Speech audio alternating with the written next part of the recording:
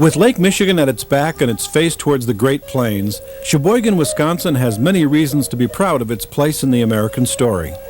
It's a long story, reaching all the way back to the first inhabitants who lived here, well over 1,000 years ago.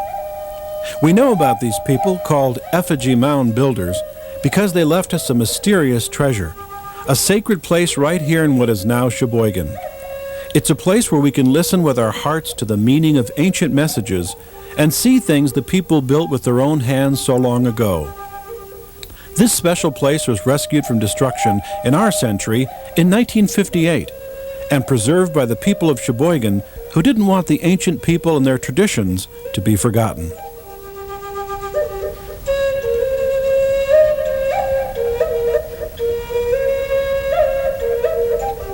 When the mound builders lived in this area, it was covered by forest. The people hunted animals and gathered wild plants for food rather than farming and raising livestock as we do today. They also used the trees and plants, many of which still grow here. The ancient people lived and traveled in family groups. We think they spread out to hunt during the cold months so every group could find enough to eat. Then we think they got back together during the summer months when the land provided enough food to feed a larger group. When the families came together, they could visit and trade things. They could find husbands and wives for their young people. And they could take care of important tasks, like burying the bones of people who had died during the winter and holding religious rituals. We do the same kinds of things today when we get together for events like family reunions, the 4th of July, church or temple services, weddings and funerals.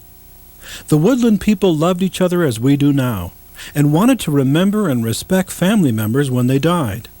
They buried people in special areas, set apart and dedicated to their memory, much the way we do. The treasure in the heart of Sheboygan is one of those ancient burial places, but it looks different than a modern cemetery.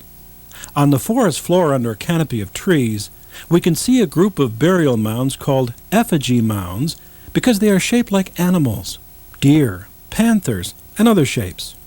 Some of the mounds are round, and some are oblong. Burial mounds are found in other states, but effigy mounds are found primarily in Wisconsin.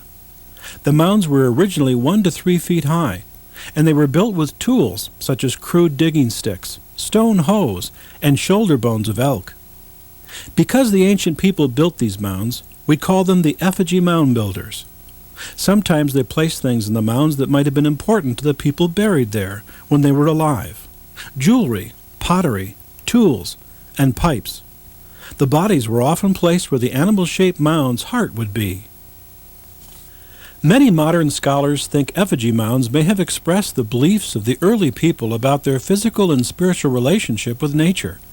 They think the mounds may have been part of the mound builders' effort to live in harmony with nature and to ensure, in a magical sort of way, that the cycle of seasons and ongoing life would continue.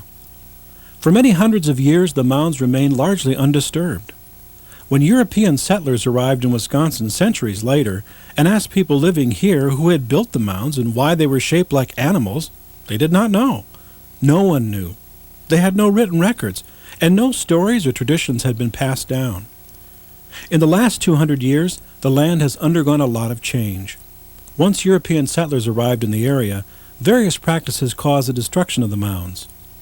Some were destroyed because of the mistaken rumor that the mounds contained gold and treasure. Many were destroyed when the land was cleared and plowed. In the case of the Sheboygan mounds, after 1836, when Sheboygan County was first surveyed, the mounds passed through many private owners. In recent times, more of these mounds have been destroyed to make way for modern building projects. Since the beginning of this century, many people who care about the mounds have worked to save them, but most of the mounds have not been protected. In 1922, the land was bought by Adam Kletzen of Sheboygan. He asked the Milwaukee Public Museum to study the mounds, and they named them the Kletzen Group in his honor. In 1927, the museum officials opened the mounds to find out what was inside. You can see the kinds of things they found in the open mound exhibit. More recently, Native American communities have objected to people digging up the bones of their ancestors. There is presently a Wisconsin law stating that it is illegal to tamper with an Indian mound. So now great care is taken to preserve ancient burial places without disturbing them. That's why the bones in the open mound exhibit are replicas, not real. And it's also why it's important for us not to climb on the mounds or disrespect them in any way. In 1958, the garden clubs of Sheboygan County realized the property was to be sold for private home lots, which would have destroyed the remaining 18 mounds. The clubs and the Sheboygan Press collected over 600 donations in 4 months to raise the $15,362 needed to buy the land and save the mounds. The Kletzen Mounds were purchased and given to the city of Sheboygan, and in 1966, the Sheboygan Indian Mound Park was opened to the public in memory of the Effigy Mound builders. In 1981, a nature trail was built next to the mound area. As you follow the trail, you will get a close look at many trees and plants that grew here when the mounds were being built. These plants may not look unusual, but when you see them through the eyes of the mound builders, it's like stepping into another world. A world where their knowledge and traditions taught them how to use their woodland surroundings for food, medicine, and shelter. There are sugar maple trees, from which the mound builders probably got material for building, utensils for cooking, firewood to keep warm, and maple syrup and sugar to eat, which helped them survive the hard winter. Red and white pine trees probably gave them torches to light the dark nights, healing medicines, and pitch to seal the seams of their canoes. The inner bark of the white pine provided emergency food in late winter. The white birch tree was one of the greatest providers for the people's needs. It furnished food, drink, medicine, and utensils.